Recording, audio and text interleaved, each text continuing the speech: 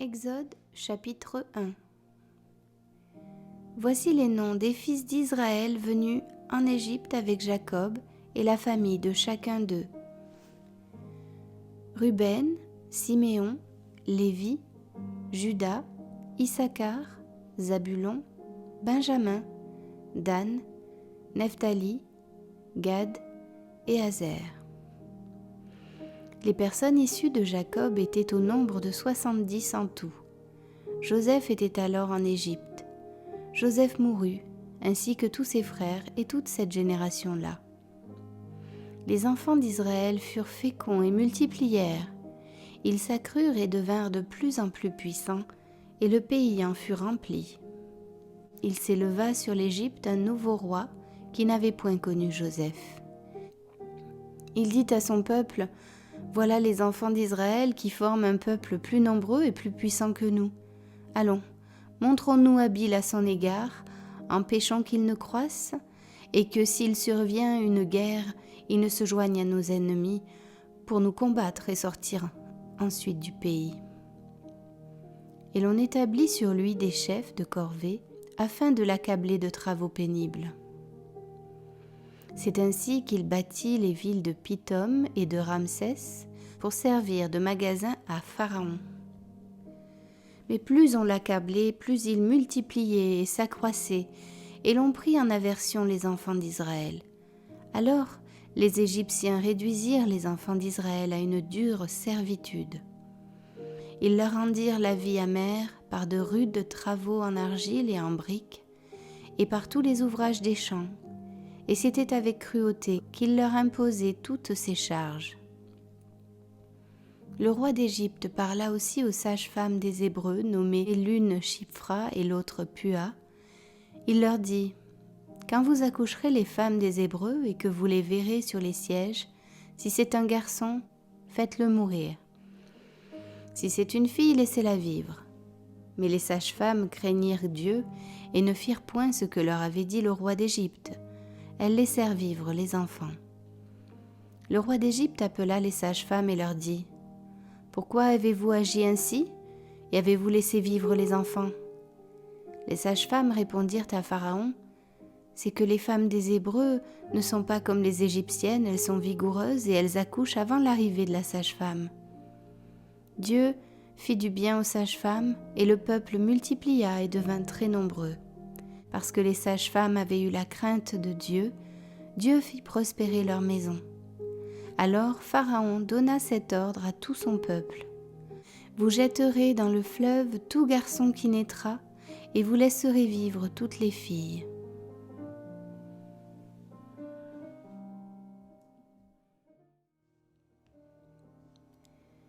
Exode chapitre 2. Un homme de la maison de Lévi avait pris pour femme une fille de Lévi. Cette femme devint enceinte et enfanta un fils. Elle vit qu'il était beau, et elle le cacha pendant 3 mois. Ne pouvant plus le cacher, elle prit une caisse de jonc, qu'elle enduisit de bitume et de poix. Elle y mit l'enfant et le déposa parmi les roseaux, sur le bord du fleuve. La sœur de l'enfant se tint à quelque distance pour savoir ce qui lui arriverait. La fille de Pharaon descendit au fleuve pour se baigner, et ses compagnes se promenèrent le long du fleuve. Elle aperçut la caisse au milieu des roseaux, et elle envoya sa servante pour la prendre. Elle l'ouvrit et vit l'enfant. C'était un petit garçon qui pleurait. Elle eut pitié, et elle dit : c'est un enfant des Hébreux. Alors la sœur de l'enfant dit à la fille de Pharaon : veux-tu que j'aille te chercher une nourrice parmi les femmes des Hébreux pour allaiter cet enfant ? Va, lui répondit la fille de Pharaon, et la jeune fille alla chercher la mère de l'enfant. La fille de Pharaon lui dit : emporte cet enfant et allaite-le moi, je te donnerai ton salaire. La femme prit l'enfant et l'allaita. Quand il eut grandi, elle l'amena à la fille de Pharaon, et il fut pour elle comme un fils. Elle lui donna le nom de Moïse, car, dit-elle, je l'ai retiré des eaux. En ce temps-là, Moïse, devenu grand, se rendit vers ses frères et fut témoin de leurs pénibles travaux. il vit un Égyptien qui frappait un Hébreu d'entre ses frères. Il regarda de côté et d'autre, et voyant qu'il n'y avait personne, il tua l'Égyptien et le cacha dans le sable. Il sortit le jour suivant, et voici, 2 Hébreux se querellaient. Il dit à celui qui avait tort, « Pourquoi frappes-tu ton prochain ?» Et cet homme répondit, « Qui t'a établi chef et juge sur nous? Penses-tu me tuer comme tu as tué l'Égyptien ?» Moïse eut peur et dit, « Certainement la chose est connue. » Pharaon apprit ce qui s'était passé et il cherchait à faire mourir Moïse. Mais Moïse s'enfuit de devant Pharaon et il se retira dans le pays de Madian où il s'arrêta près d'un puits. Le sacrificateur de Madian avait 7 filles. Elles vinrent puiser de l'eau et elles remplirent les auges pour abreuver le troupeau de leur père. Les bergers arrivèrent et les chassèrent. Alors Moïse se leva, prit leur défense et fit boire leur troupeau. Quand elles furent de retour auprès de Réuel, leur père, il dit, « Pourquoi revenez-vous si tôt aujourd'hui ?» Elles répondirent, « Un Égyptien nous a délivrés de la main des bergers, et même il nous a puisé de l'eau et a fait boire le troupeau. » Et il dit à ses filles, « Où est-il? Pourquoi avez-vous laissé cet homme? Appelez-le pour qu'il prenne quelque nourriture. »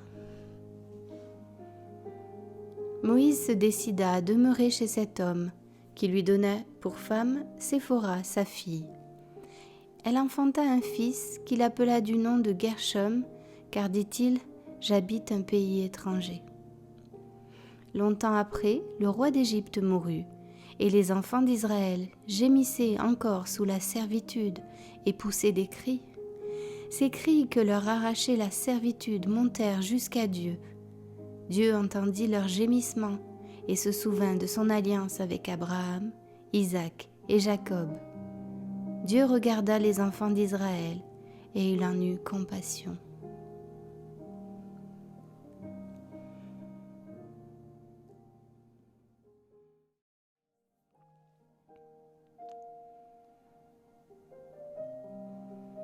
Exode, chapitre 3. Moïse faisait paître le troupeau de Jéthro, son beau-père, sacrificateur de Madian, et il mena le troupeau derrière le désert, et vint à la montagne de Dieu, à Horeb. L'ange de l'Éternel lui apparut dans une flamme de feu au milieu d'un buisson. Moïse regarda, et voici, le buisson était tout en feu, et le buisson ne se consumait point. Moïse dit, « Je veux me détourner pour voir quelle est cette grande vision et pourquoi le buisson ne se consume point. » L'Éternel vit qu'il se détournait pour voir, et Dieu l'appela du milieu du buisson et dit, « Moïse, Moïse !» Et il répondit, « Me voici. » Dieu dit, « N'approche pas d'ici. Ôte tes souliers de tes pieds, car le lieu sur lequel tu te tiens est une terre sainte. » Et il ajouta, « Je suis le Dieu de ton père, le Dieu d'Abraham, le Dieu d'Isaac et le Dieu de Jacob. » Moïse se cacha le visage, car il craignait de regarder Dieu. L'Éternel dit, « J'ai vu la souffrance de mon peuple qui est en Égypte, et j'ai entendu les cris que lui font pousser ses oppresseurs, car je connais ses douleurs. Je suis descendu pour le délivrer de la main des Égyptiens et pour le faire monter de ce pays dans un bon et vaste pays, dans un pays où coule le lait et le miel, dans les lieux qu'habitent les Cananéens, les Hétiens, les Amoréens, les Phéréziens, les Héviens et les Jébusiens. Voici les cris d'Israël sont venus jusqu'à moi, et j'ai vu l'oppression que leur font souffrir les Égyptiens. Maintenant, va, je t'enverrai auprès de Pharaon, et tu feras sortir d'Égypte mon peuple, les enfants d'Israël. » Moïse dit à Dieu, « Qui suis-je pour aller vers Pharaon et pour faire sortir d'Égypte les enfants d'Israël ?» Dieu dit, « Je serai avec toi, et ceci sera pour toi le signe que c'est moi qui t'envoie. Quand tu auras fait sortir d'Égypte le peuple, vous servirez Dieu sur cette montagne. » Moïse dit à Dieu, « J'irai donc vers les enfants d'Israël et je leur dirai, le Dieu de vos pères m'envoie vers vous. Mais s'ils me demandent quel est son nom, que leur répondrai-je ? Dieu dit à Moïse, je suis celui qui suis. Et il ajouta, c'est ainsi que tu répondras aux enfants d'Israël. Celui qui s'appelle Je suis m'a envoyé vers vous. Dieu dit encore à Moïse, tu parleras ainsi aux enfants d'Israël. L'Éternel, le Dieu de vos pères, le Dieu d'Abraham, le Dieu d'Isaac et le Dieu de Jacob m'envoie vers vous. Voilà mon nom pour l'éternité, voilà mon nom de génération en génération. Va, rassemble les anciens d'Israël et dis-leur, l'Éternel, le Dieu de vos pères m'est apparu, le Dieu d'Abraham, d'Isaac et de Jacob. Il a dit, je vous ai vu, et j'ai vu ce qu'on vous fait en Égypte. Et j'ai dit, je vous ferai monter de l'Égypte, où vous souffrez dans le pays des Cananéens, des Hétiens, des Amoréens, des Phéréziens, des Héviens et des Jébusiens, dans un pays où coule le lait et le miel. Ils écouteront ta voix, et tu iras, toi et les anciens d'Israël, auprès du roi d'Égypte, et vous lui direz, l'Éternel, le Dieu des Hébreux, nous est apparu. Permets-nous de faire 3 journées de marche dans le désert pour offrir des sacrifices à l'Éternel notre Dieu. Je sais que le roi d'Égypte ne vous laissera point aller, si ce n'est par une main puissante. J'étendrai ma main, et je frapperai l'Égypte par toutes sortes de prodiges que je ferai au milieu d'elle. Après quoi, il vous laissera aller. Je ferai même trouver grâce à ce peuple aux yeux des Égyptiens, et quand vous partirez, vous ne partirez point à vide. Chaque femme demandera à sa voisine et à celle qui demeure dans sa maison des vases d'argent, des vases d'or et des vêtements que vous mettrez sur vos fils et vos filles, et vous dépouillerez les Égyptiens.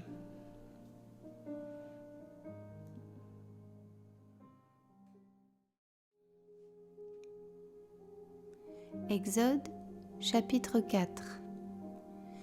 Moïse répondit et dit, « Voici, ils ne me croiront point, et ils n'écouteront point ma voix, mais ils diront, l'Éternel ne t'est point apparu. » L'Éternel lui dit, « Qu'y a-t-il dans ta main ?»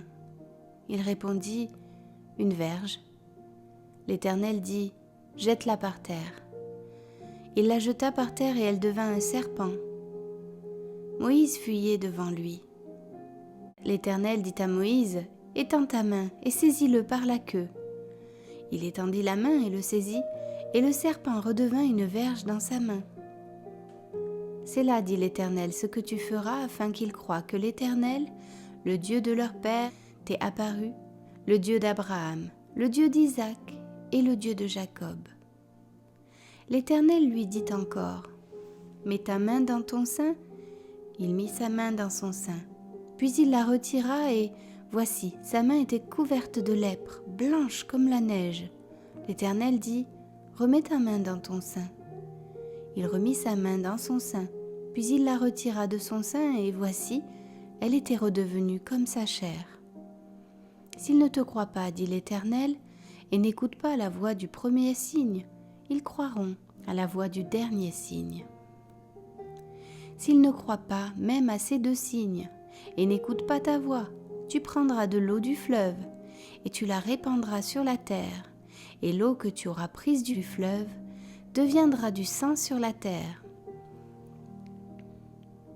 Moïse dit à l'Éternel, « Ah Seigneur, je ne suis pas un homme qui ait la parole facile, et ce n'est ni d'hier ni d'avant-hier, ni même depuis que tu parles à ton serviteur, car j'ai la bouche et la langue embarrassées. » L'Éternel lui dit, « Qui a fait la bouche de l'homme?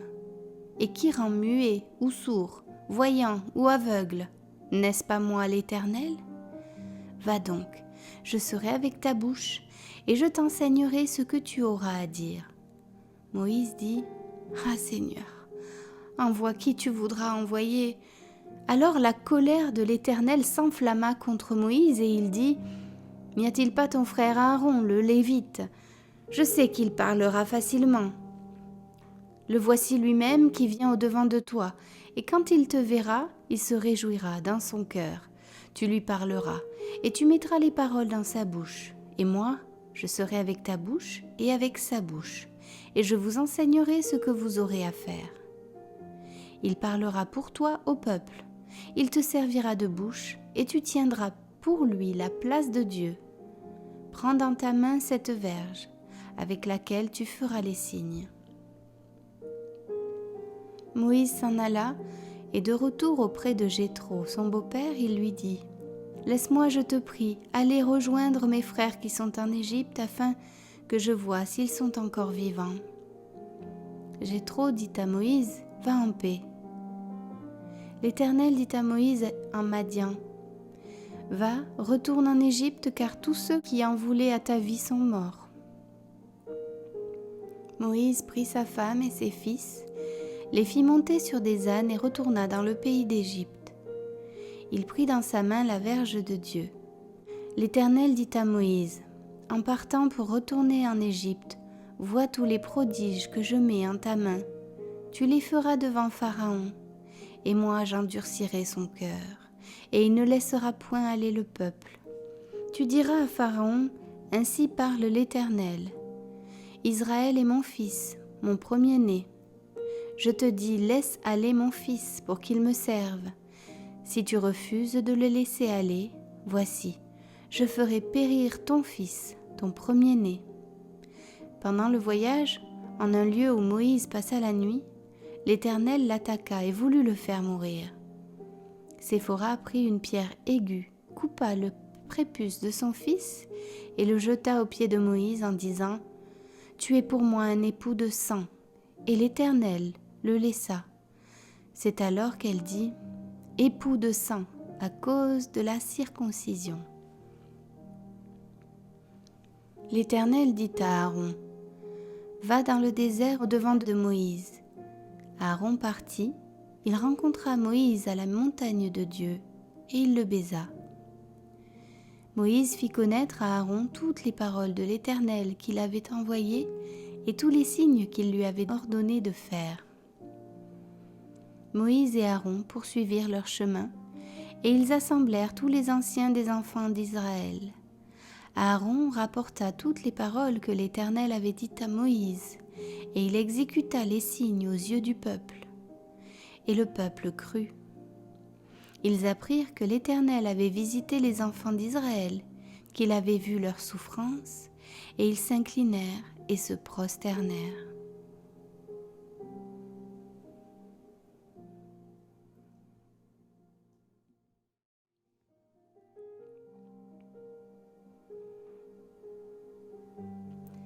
Exode, chapitre 5. Moïse et Aaron se rendirent ensuite auprès de Pharaon et lui dirent : « Ainsi parle l'Éternel, le Dieu d'Israël. Laisse aller mon peuple pour qu'il célèbre au désert une fête en mon honneur. » Pharaon répondit : « Qui est l'Éternel pour que j'obéisse à sa voix en laissant aller Israël ? Je ne connais point l'Éternel, et je ne laisserai point aller Israël. » Ils dirent : « Le Dieu des Hébreux nous est apparu. Permets-nous de faire 3 journées de marche dans le désert pour offrir des sacrifices à l'Éternel, afin qu'il ne nous frappe pas de la peste ou de l'épée. » Et le roi d'Égypte leur dit : « Moïse et Aaron, pourquoi détournez-vous le peuple de son ouvrage ?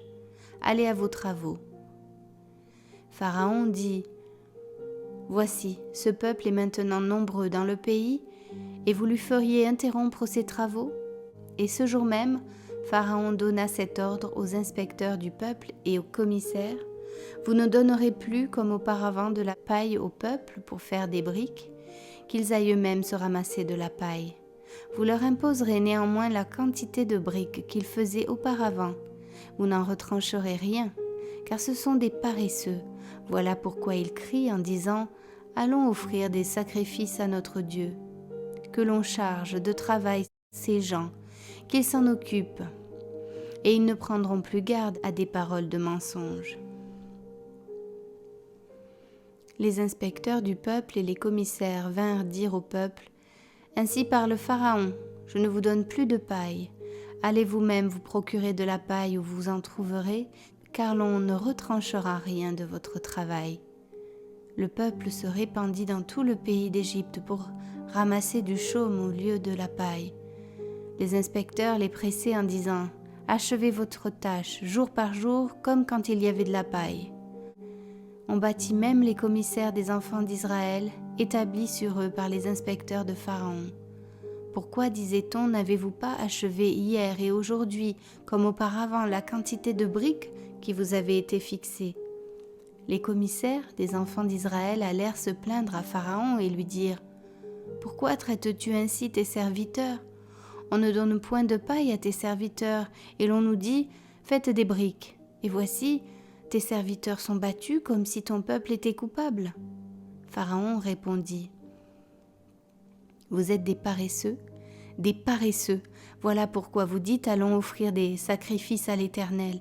Maintenant, allez travailler, on ne vous donnera point de paille, et vous livrerez la même quantité de briques.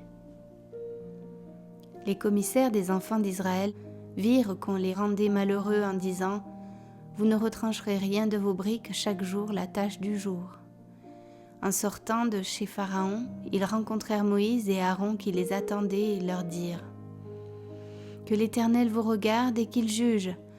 Vous nous avez rendus odieux à Pharaon et à ses serviteurs. Vous avez mis une épée dans leurs mains pour nous faire périr. » Moïse retourna vers l'Éternel et dit « Seigneur, pourquoi as-tu fait du mal à ce peuple ? Pourquoi m'as-tu envoyé ? Depuis que je suis allé vers Pharaon pour parler en ton nom, il fait du mal à ce peuple, et tu n'as point délivré ton peuple. »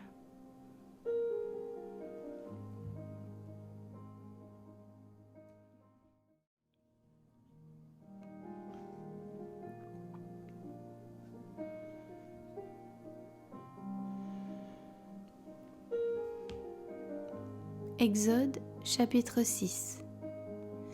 L'Éternel dit à Moïse : Tu verras maintenant ce que je ferai à Pharaon. Une main puissante le forcera à les laisser aller, une main puissante le forcera à les chasser de son pays. Dieu parla encore à Moïse et lui dit : Je suis l'Éternel.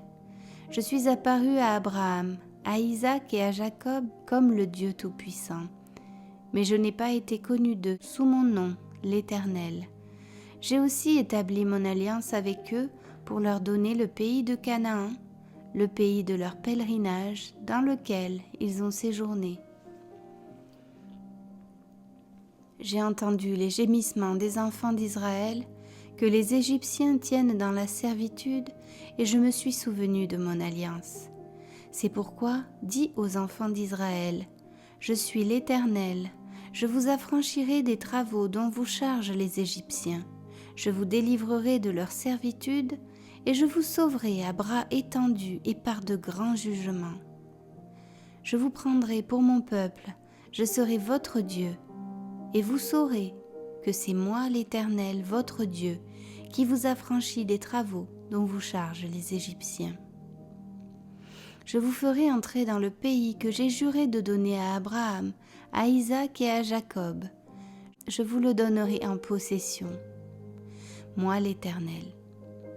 Ainsi parla Moïse aux enfants d'Israël. Mais l'angoisse et la dure servitude les empêchèrent d'écouter Moïse. L'Éternel parla à Moïse et dit : Va, parle à Pharaon, roi d'Égypte, pour qu'il laisse aller les enfants d'Israël hors de son pays. Moïse répondit en présence de l'Éternel : Voici, les enfants d'Israël ne m'ont point écouté. Comment Pharaon m'écouterait-il, moi qui n'ai pas la parole facile ? L'Éternel parla à Moïse et à Aaron, et leur donna des ordres au sujet des enfants d'Israël et au sujet de Pharaon, roi d'Égypte, pour faire sortir du pays d'Égypte les enfants d'Israël. Voici les chefs de leur famille, fils de Ruben, premier-né d'Israël, Enoch, Palu, Hétzron et Carmi. Ce sont là les familles de Ruben, fils de Siméon, Jémuel, Jamin, Ohad, Jakin et Tsochar, et Saül, fils de la Cananéenne. Ce sont là les familles de Siméon. Voici les noms des fils de Lévi avec leur postérité. Gershon, Kehath et Merari. Les années de la vie de Lévi furent de 137 ans. Fils de Gershon, Libni et Shimei et leurs familles. Fils de Kehath, Amram, Jitséar, Hébron et Uziel. Les années de la vie de Kehath furent de 133 ans. Fils de Merari, Makli et Mouchi. Ce sont là les familles des Lévi avec leur postérité. Amram prit pour femme Jochébed, sa tante, et elle lui enfanta Aaron et Moïse. Les années de la vie d'Amram furent de 137 ans. Fils de Jitséar, Coré, Népheg et Zikri. Fils d'Uziel, Mishaël, Elsapan et Zitri. Aaron prit pour femme Élishéba, fille d'Aminadab, sœur de Nachon, et elle lui enfanta Nadad, Abihu, Éléazar et Itamar. Fils de Coré, Assir, Elkana et Abiasaph. Ce sont là les familles des Corites. Éléazar, fils d'Aaron, prit pour femme une des filles de Putiel, et elle lui enfanta Phinéès. Tels sont les chefs de famille des Lévites avec leurs familles. Ce sont là cet Aaron et ce Moïse à qui l'Éternel dit : Faites sortir du pays d'Égypte les enfants d'Israël selon leurs armées. Ce sont eux qui parlèrent à Pharaon, roi d'Égypte, pour faire sortir d'Égypte les enfants d'Israël. Ce sont là ce Moïse et cet Aaron. Lorsque l'Éternel parla à Moïse dans le pays d'Égypte, l'Éternel dit à Moïse : Je suis l'Éternel. Dis à Pharaon, roi d'Égypte, tout ce que je te dis. Et Moïse répondit en présence de l'Éternel : Voici, je n'ai pas la parole facile. Comment Pharaon m'écouterait-il ?